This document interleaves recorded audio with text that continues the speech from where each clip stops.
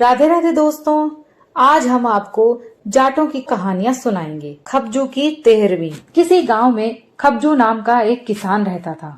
वो बड़ा ही भोला भाला और ईमानदार था। खेती करता और उसी से अपना जीवन निर्वाह करता। लोग तीर्थ यात्रा करते, गंगा जी नहाते, लेकिन खबजू का इन कार्यों से कोई सरोकार न था। एक बार गांव के कुछ लोग गंगा स्नान के लिए गढ़ गंगा जा रहे थे। उन्होंने खबजू से भी साथ चलने को कहा। उनमें से एक बोला, रे खबजू, आओ गढ़ चलते हैं। कार्तिक का महीना है, गंगा स्नान का बड़ा पुण्य है। खबजू ने कहा, अपनी तो खेती ही गंगा है, गढ़ जाकर क्या करेंगे। जब गांव के लोगों ने बहुत जोर दिया तो वो भी साथ चलने को तैयार हो गया। सब लोगों के साथ वो भी गढ़ मुक्तेश्वर के मेले में पहुंच गया। मेले में बड़ी भारी भीड़ थी। खबजू का गंगा नदी में स्नान करने का पहला ही अवसर था। गांव में तो वो घर पर ही नहा लेता था। कभी कभार गांव के जोहड़ में डुबकी लगा लेने भर का ही उसको अनुभव था। गंगा नदी का प्रवाह तेज था। अनुभव ना होने के कारण वो पानी के बहाव में डूबने लगा। गांव के लोगों ने उसे बचाने की बहुत कोशिश की, लेकिन सब बेकार। उसे ढूंढने की बहुत कोशिश की, लेकिन वो भी बेकार गई। सोचा था कि यदि लाश ही मिल जाए तो उसका अंतिम संस्कार ही गंगा के घाट पर कर दें, लेकिन ये भी संभव ना हुआ। सब लोग उसके कपड़े लेकर उसके गांव आ गए। घर वालों ने उसे मरा हुआ ही समझ लिया। 13वें दिन उसकी 13वीं यानी जो मृत्यु के दिन 13 दिन बाद संपन्न जाने वाला धार्मिक कार्य होता है, वो करने की पूरी व्यवस्था कर ली गई।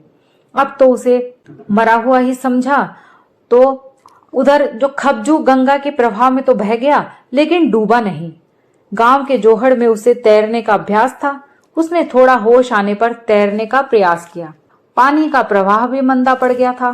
कुछ उसने तैरकर किनारे की ओर आने का प्रयास किया और कुछ ही देर में वो किनारे पर आ लगा। किनारे आ तो लगा, लेकिन उसे इस बात का पता नहीं था कि वो किस जगह पर है। वो तो अपने गांव के साथियों को वहां ढूंढ रहा था, पर वो उसे कहाँ मिलते। वो किनारे पर तो आ गया, लेकिन उसके कपड़े कहाँ थे। वो तो कपड़े उतार कर ही गंगा में स्नान करने के लिए उतरा था। उसने आते जाते लोगों से अपने गांव के लोगों के बारे में और अपने कपड़ों के बारे में पूछा। उसके अटपटे सवालों से लोगों ने उसे पागल समझा। लोग उसके निकट आने से भी कतरा रहे थे। बच्चे जरूर उसे बावला बावला कहकर चिढ़ा रहे थे। आखिर वो पक्की सड़क पर आ गया। ये सड़क उसके गांव की ओर ही जा रही थी। यहाँ से उसका गांव 30 कोस था। दिन में तो उसे चलने में डर लगता, क्योंकि लोग उसे पागल समझ रहे थे। तो रात को ही वो 10 कोस चलता।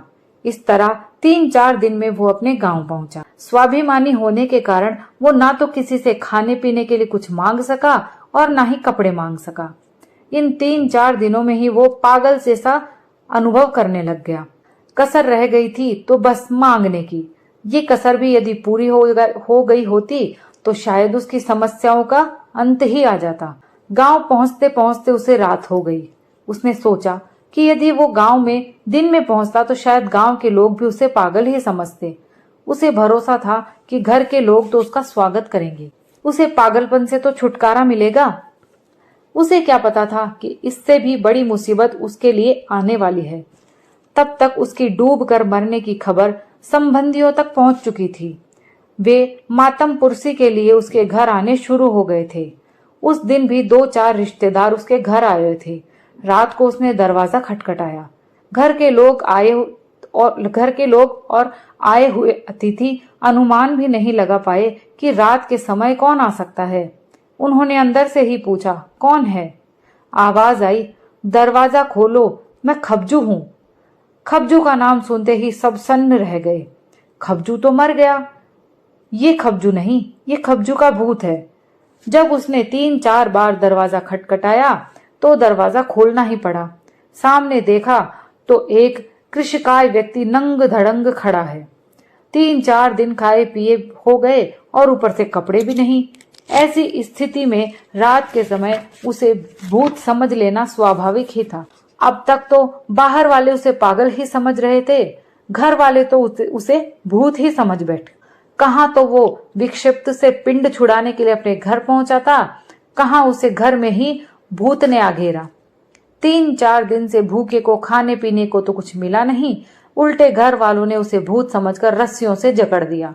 वो चिल्लाता रहा, मैं खबजू हूं, मैं मरा नहीं, जीवित हूं। लेकिन रात के समय कौन भूत से पंगा लेने का खतरा मोल लेता। सुबह हुई, लोग इकट्ठा होना शुरू हुए। अचानक ही किसी की नजर उसके पैरों की ओर गई। उसके पैर तो आगे की तरफ ही थे। भूत के पैरों के पंजे तो पीछे की ओर होते हैं। उसके चेहरे की ओर देखा, उस चेहरे में खबजू ही नजर आया। निश्चय हो गया कि ये तो भूत नहीं, खबजू ही है। उसकी 13वीं अभी हुई नहीं थी। 13वीं की तैयारियां रोक दी गई।